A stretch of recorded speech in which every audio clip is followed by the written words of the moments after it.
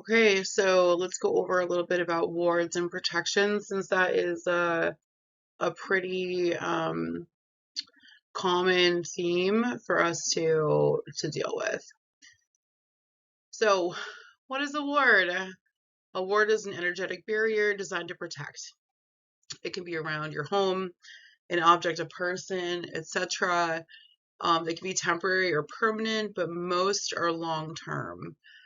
So an example of like a shorter term ward would be a piece of black tourmaline that you keep in your pocket when you're out and about to kind of protect you from picking up like negative energies. Keep in mind they're made to keep things out, but they can also keep things in. And this speaks more to like a ward around like a room or a home, anything like that, or a person, right? So keep things out. We also keep things in. So that's why it's really important that we cleanse before we ward. Super, super important. As an example, I have a ward around my entire property that is designed to not allow anything or anyone who seeks to harm in without my permission. So that being said, there's layers, layers upon layers. Um, we do ward without realizing what we're doing. That could be like the traveler's prayer. I don't know if you guys know that one. The traveler's prayer is oh my God, what is it? I say a different version, so I'll just say my version. Goddess, bless us and save us from accidents and harm, afflictions, temptations, sickness, death, police, and car trouble. Keep our eyes blind to their movement. So that is a word in a prayer that I use whenever I enter a vehicle to make sure that I go about undetected. I don't really want anything that I don't want. You know what I mean? I know it's kind of weird, but we do it when we're driving, of course, when we fly, just to please let me get there on time, right? Or safely when we're unsure of a situation.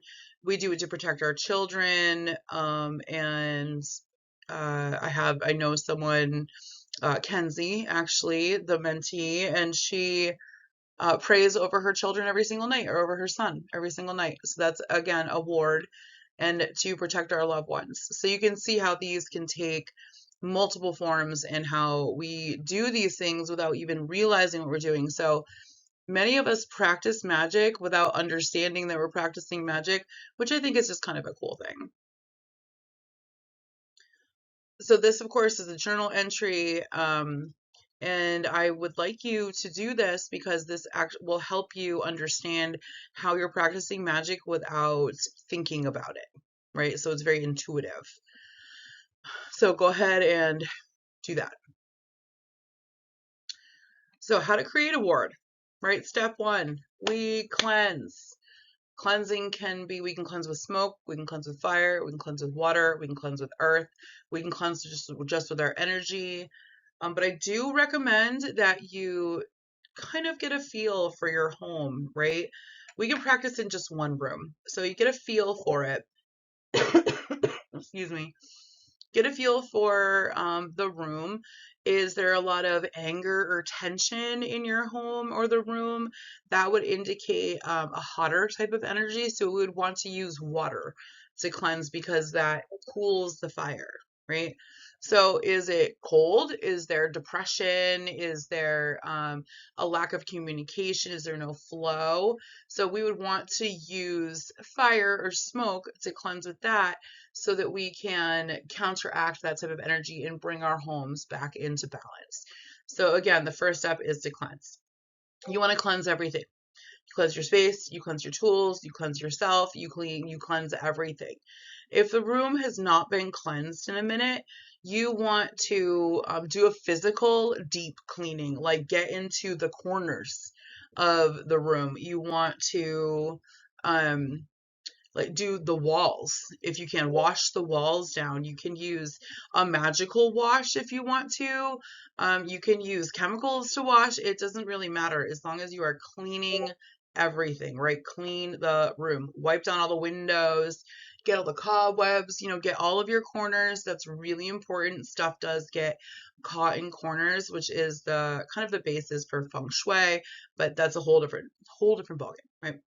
So the reason we do this is we don't want any sort of stagnant, old, or unfit energy trapped in the space by the ward. Okay. So a lot of people, we think about wards as a way to keep things out, and people forget that they keep things in as well. So it's just like when we're casting a circle. When we cast a circle, we're keeping stuff out, right? But we're also keeping stuff in. It's to contain. So that is an important step. Please do not forget that you not only are keeping things out, you are also keeping things in. Really important. Use your intuition. Again, all the time, use your intuition. There is no one right way to ward. You're going to hear uh, many people probably say there's only one way to do things. I have not found that to be true. I have been on this path for a very long time, so long actually that I am the path now. I have become the path. I no longer follow it. This is who I am. This is how I live my life. This is the path, right? I am the path. You can choose to use only one method, or you can use a combination. I personally use a combination. This is important though too. Don't tell people what you do. Don't tell people what type of words that you use, what type of protections that you have around your home. If you want to talk about it with trusted people, that's fine. But don't go making a TikTok video or a Facebook post about it where people are just able to access that information. The reason that we don't want to do that is because when we know how something was erected, we know how to take it down, right? So just don't. It's just better safe than sorry vibes here. One of the ways is by sigils and symbols. I actually have multiple sigils around my home.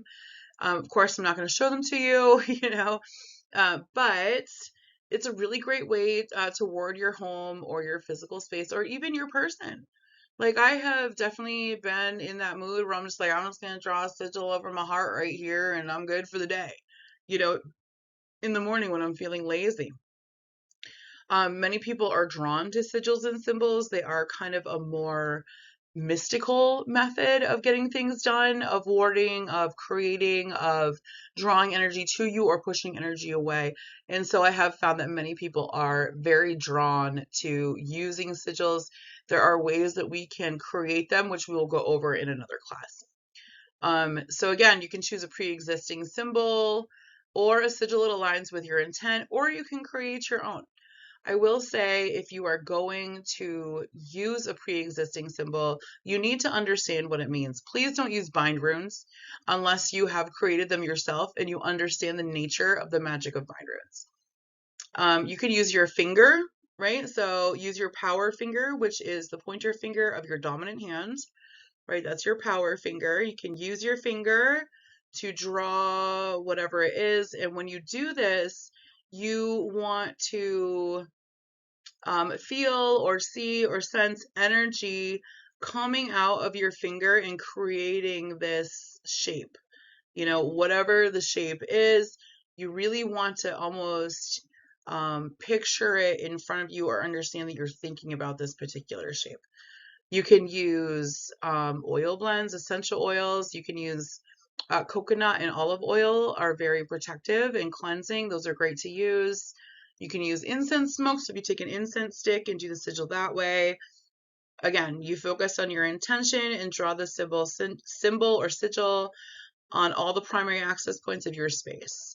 And if you're going to do an entire property, you want to carve or draw it onto fence posts or gates. You can do it energetically, 100%. You can draw it on with your finger. That's totally fine. And the primary access points are the doors that go from inside to outside or outside to inside. So if you live in an apartment, you only have one door, right? And you have no balcony. You want to draw it on that. You can do it on the inside. It doesn't have to be on the outside. Doesn't really matter. It's all your comfort level when it comes to this. But you must be very clear on your intention. I will always say this.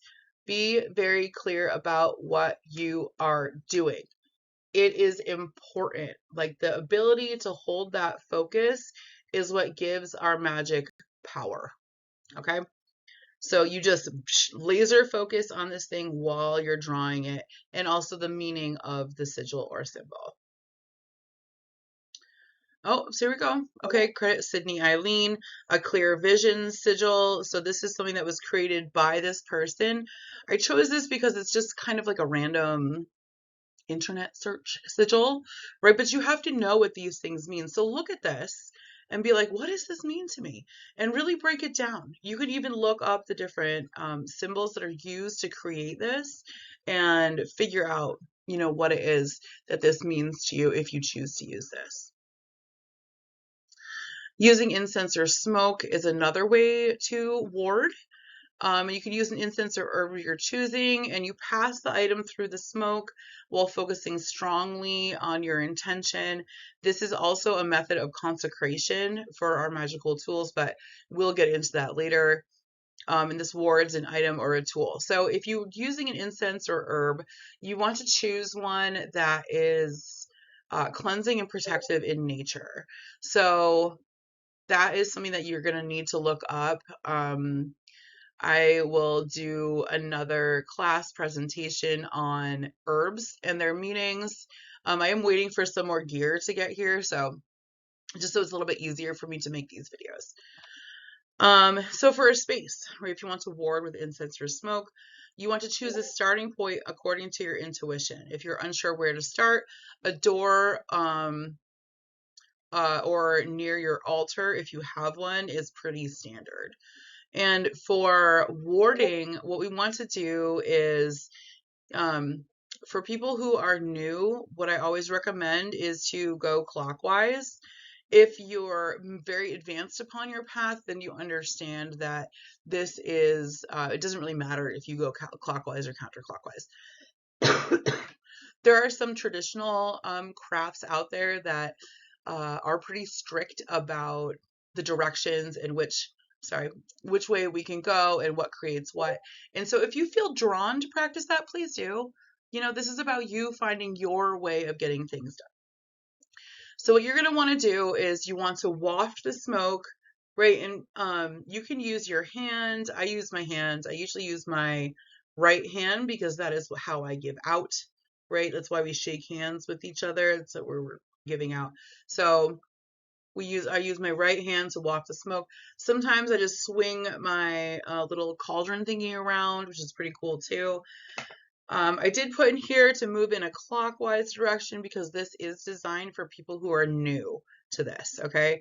So when we move clockwise, what we're doing is we are putting out, right? So we are projecting our energy, and that's exactly what we want to do in order to ward. So you want to make sure the smoke touches all the surfaces, right? Corners, ceilings, floors, ground, blah, blah, blah, blah, blah, windows. And if you're working in a multi-level space, you want to start at the top and work your way down. That is kind of important. I love these protective poppets. You may have seen these in other traditions called voodoo dolls. This is basically the same concept, but we are creating one for protection. So we are using a poppet. Voodoo is also a closed practice, and I am not initiated in voodoo, and so I will not be teaching you anything about that. So the protective poppet is a doll. You make it yourself, right? And you can charge the poppet with your intention. They do make excellent wards as they are a visual reminder of your magical workings. This can be really important. Many times we almost forget that we've made these workings, that we have created this energetic or this magical thing. And having a visual reminder of the things that we have done is a great way to keep that focus, right? And you can talk to your puppet. You can even name it if you want to. That's totally fine. Just put it someplace where you're going to see it. You can charge them, with your intention. You could actually roll up a little piece of parchment. If you don't have parchment, just use a piece of a brown paper bag. Super simple substitution there. You can write your intention on it, like this space is protected. My home is a peaceful sanctuary. Whatever it is that you want, you can make them for a home. You can make them for a person, right? So if you want a protective poppet to carry with you, you can simply create this little thing and say, I am protected at all times. Whatever it is, roll that up, put it in there. You can fill it with protective stones or crystals. You can put protective or cleansing herbs in there. There's a bunch of different ways to do it, and I will do another class on the creation of poppets and how we can make them. So this is a very, what's the word I'm thinking about? Generalized. It's a very generalized thing here. Oh, here we go. I guess I already did it. I haven't looked at this in forever. So choose a material that calls to you, any color. Oh yeah, black and white. Old t-shirts were great. They're fantastic, and it's a way to recycle the things that you're no longer using. Choose protective herbs, oils, stones. Largest circle, lay it flat. Yep, totally. So you can see here, there are some basic directions on how to create this poppet. We will, again, I will go over it again. I'll do another class specifically on making poppets. And it's pretty cool. I think I'll do poppets and talismans. Sounds good. Oh, rest of the directions. Energy wards. These are some of my favorite. I call them bubbles, like energy bubbles. It's just a great kind of picture in your head of like a big bubble. And if you feel more aligned for energy work, this is a great way to do it. What you want to do is to visualize a glowing, impenetrable, protective bubble covering your entire space. This can be a person, it can be you, it can be someone else, it can be like your entire home, it can be your entire property, it can be a room. Like there are many, many ways that we can work with energy. Energy work is actually kind of the foundation of everything. We can have physical representations of our energy work to remind us, right, that we've done the work. Now, if you are more advanced, right, because this stuff does take a lot of energy to do, right? You're going to need to pull energy up from the earth or from the air around you, right? From the universe, the cosmos, however it is that you feel comfortable pulling up energy. For my mentees, my students in particular, I prefer they pull it up from the earth because at the end we give it back. And that is really important to honor that cycle of the natural world. So smaller space, just yourself. Do you actually remember that old nursery rhyme that you would say to kids when they were making fun of you? That whole I'm rubber, you're glue, whatever you say bounces off of me and sticks to you. That is simultaneously a protective bubble and a return to sender's bell, right? Interesting, right? So, notes. It is super duper important that you have to focus on your intention. You have to do it. Like there is no other way to do it. Even very advanced practitioners, very seasoned witches, we focus on our intention. We hold that focus in place. It is really, really important. So you need to be very specific, and I'll do another class on intention setting because it is super specific. Okay, so again, because it's designed for newer practitioners, or I like to call them neophytes, or I was going to say witchlings, but I don't really like that term. It denotes like young, and not everyone's young. But work clockwise, right? We want that physical representation of putting out. We need to understand how energy flows. Like Picasso said, learn the rules like a pro so you can break them like an artist. All right, you guys, I hope you have enjoyed this class on wards. I do love this in particular. I find it very important that we are able to protect ourselves and those people that we love and care about. And once we become proficient in these, we can even extend our protections to people who are far, far away from us. So take care, everybody. I hope you have a wonderful day, and I will see you for the next class.